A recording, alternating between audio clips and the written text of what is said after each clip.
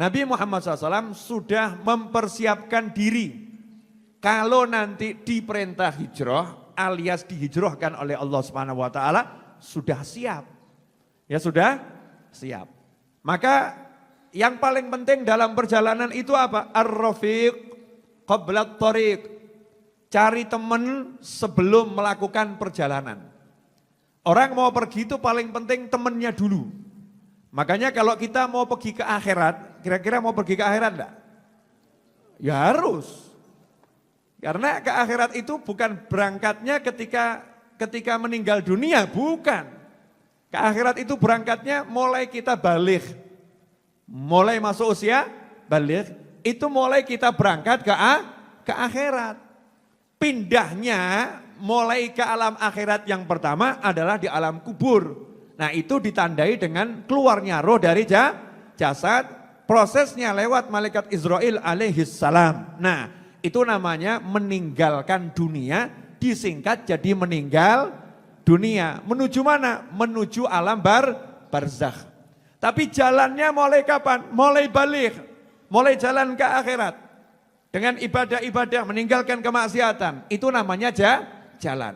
Karena itu dikatakan orang-orang yang pengen cepat sampai disuruh bangun malam. Saat orang lain tidur, bangun malam, ibadah malam. Entah qiyamul lail dengan sholat, entah dengan banyak baca Al-Quran, dengan banyak zikrullah, dengan belajar ilmu, ya dengan apapun. Malam digunakan untuk ibadah, maka dia telah jalan dengan cepat. Mengalahkan orang-orang yang tidur, atau naudzubillah min dzalik, orang-orang yang hanyut dalam kemaksiatan. Naudzubillah min dzalik. Nah, ini jalan ke akhirat. Mau jalan ke akhirat, nomor satu yang penting ar-rafiq qabla tariq. Cari teman dulu sebelum jalan. Jangan jalan sendiri. Setannya akeh.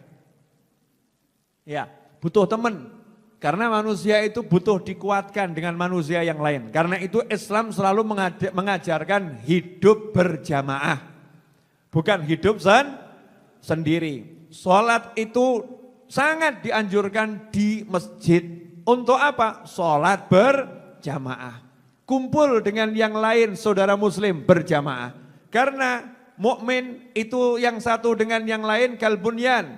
Yasuddu ba'dahu ba'dhan. Yasuddu ba'dahu ba'dhan. Yang satu menguatkan yang lain. Menguatkan itu artinya banyak. Bukan cuma menguatkan dengan materi. Bukan cuma menguatkan dengan nolong. Tapi juga menguatkan dengan ruhnya. Mukmin itu kalau kumpul seperti ini, ruh yang satu saling memperkuat ruh yang lain. Sehingga imannya naik. Makanya di majelis yang seperti ini, dimanapun berada, subhanallah, masuk kok tiba-tiba hati kita tenang. Sumpek-sumpek hilang, semangat untuk taat itu luar biasa, keluar hilang lagi. Betul tak betul? Kalau waktu di pengajian koyo-koyone gitu ya, seakan-akan mau dilalap semua. 1 bulan khatam 5 kali mau dilalap, sholat tahajud 100 rakaat mau dilalap, sholawat 10.000 kali mau dilalap. Seakan-akan di pengajian semangatnya luar biasa. Ada yang sampai depan pintu kendor, ya naik motor hilang. Naik motor hilang, sampai di rumah ambiar. Sampai di rumah ambiar. Ada yang seperti itu. Ada yang bertahan sampai di rumah sehari, 2 hari, 3 hari. Ada yang bertahan sampai 6 hari. Makanya hari ke-7 dicas lagi, kumpul lagi. Untuk apa? Agar satu dengan yang lain saling menguatkan. Cari teman. Jangan jalan sendiri. Makanya cari partner ke jalan Allah Subhanahu wa taala. Kalau mau ke akhirat, cari teman. Karena itulah Nabi Muhammad SAW suka mempersahabatkan sahabatnya, mempersaudarakan sahabatnya. Engkau saudara sama dia, kamu saudara sama dia. Dipersaudarakan, biar punya teman, teman. Karena itu orang yang hidupnya nggak punya teman alias jomblo, jangan tersinggung ya. Itu nanti nilai ibadahnya beda dengan orang yang sudah berkeluarga. Pahalanya berbeda. Yang sudah berkeluarga, sholat sama-sama sholat. Dengan yang jomblo, pahalanya lebih besar yang sudah berkeluarga. Kok bisa begitu? Jangan tanya saya, begitulah syariatnya.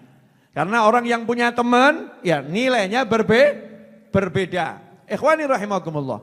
Karena itu Nabi Muhammad SAW manusia paling super dalam segala kebaikan. Paling super dalam segala kekuatan.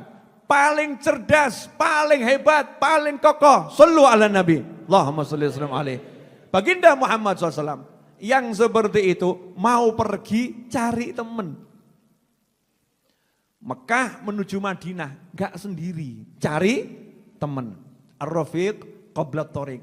Siapa yang dipilih?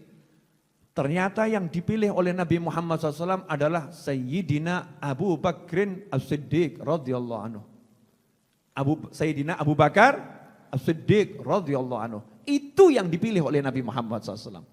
Tentunya milihnya Rasul ya gak perlu alasan. Rasulullah kan gak perlu alasan milih. Terserah Nabi SAW. Tapi Rasul punya alasan. Alasannya apa? Terbukti Sayyidina Abu Bakar As-Siddiq radhiyallahu anhu adalah sahabat yang luar biasa, yang punya keunggulan mengalahkan sahabat-sahabat yang lain. Maka dipilih oleh Nabi Muhammad sallallahu alaihi wasallam. Didatangi oleh Nabi Muhammad SAW, kemudian diajak bicara. Saya merasa bahwasannya sebentar lagi saya akan diperintahkan hijrah. Kama qala sallallahu. Maka saya pengen engkau nanti yang menemani saya. Siap-siap. Maka saat itulah Sayyidina Abu Bakar As-Siddiq radhiyallahu anhu menjawab, "Ya Rasulullah, saya sejak melihat sahabat itu berangkat hijrah, saya udah nunggu-nunggu. Kapan engkau berangkat?" Nah, saya udah mempersiapkan 2 kendaraan. Satu untuk engkau, satu untuk saya. Ini kendaraan tiap hari saya rawat, saya kasih makan yang bergizi, makanan super semua, yang gizi-gizi, yang kuat-kuat, yang enak-enak, nanti untuk menjadi kendaraanmu. Ini pelajaran, jenengan kalau mau ngasih kendaraan sama kiai yang bagus. Ojo sing bekas. Giliran buat kiainya, buat gurunya, sing bekas ning gudang kono. Masya Allah. Sayyidina Abu Bakar As-Siddiq radhiyallahu anhu mentalnya memberikan yang terbaik yang beliau miliki. Ini ya Rasulullah, saya sudah siapkan 2. Satu buat saya, satu untuk engkau wahai Nabi Muhammad SAW. Apa jawaban Nabi Muhammad SAW? Ini untuk orang-orang yang punya pengikut, untuk orang-orang yang punya murid, untuk orang-orang yang punya, orang-orang yang mencintai dia dan rela memberikan hartanya atau apapun untuk dirinya. Tiru sikap Nabi Muhammad SAW. Coro Jawa ini pun, ojo aji mumpung. Ojo aji mumpung. Jangan, gimana ya? Aji mumpung itu gimana? Bahasa Indonesianya. Kesempatan. Orang enak ya. Kalau aji mumpung itu kan enak. Aji mumpung itu begini. Selagi dia punya dan menawarkan, selagi dia nyah-nyoh gitu ya. Selagi dia itu mau memberikan, selagi seperti itu habisin. Itu orang banyak kan begitu. Mas butuh mobil, saya ada 5, kalau mau ambil 3, oh boleh. Boleh. Saya punya rumah ada 10, itu mas ambil 7 sih, saya 3 buat saya. Oh terima kasih. Itu namanya aji mumpung. Aji mumpung itu enggak baik. Kalau dalam pepatah Hadramut dikatakan, "Laukan habibak asal khallu asal." Kalau kekasihmu itu adalah madu, maksudnya manis, menyenangkan, loyal, lomo ya, orangnya nyah-nyoh, duitnya banyak, khallu asal. Biarkan dia tetap jadi madu, ojo mbok entekno. Jangan langsung mbok glegek sak botol entek. Kalau perlu saja perut gak enak dipakai boleh ya. Boleh dikit-dikit boleh, jangan dihabiskan. Itu ajaran orang tua terdahulu, ngambil dari mana? Dari ilmunya Nabi Muhammad SAW.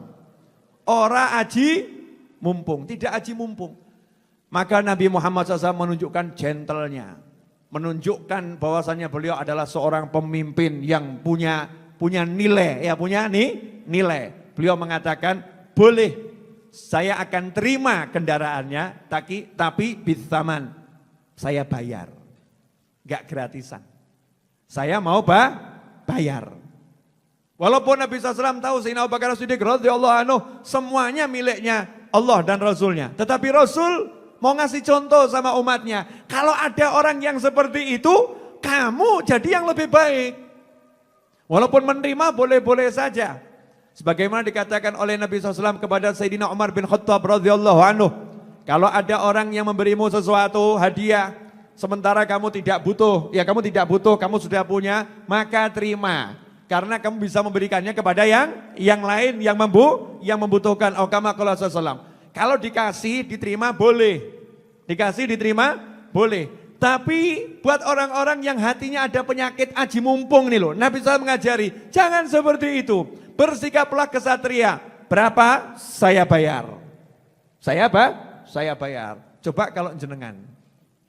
Kira-kira alhamdulillah atau regane piro? Tak bayar. Alhamdulillah.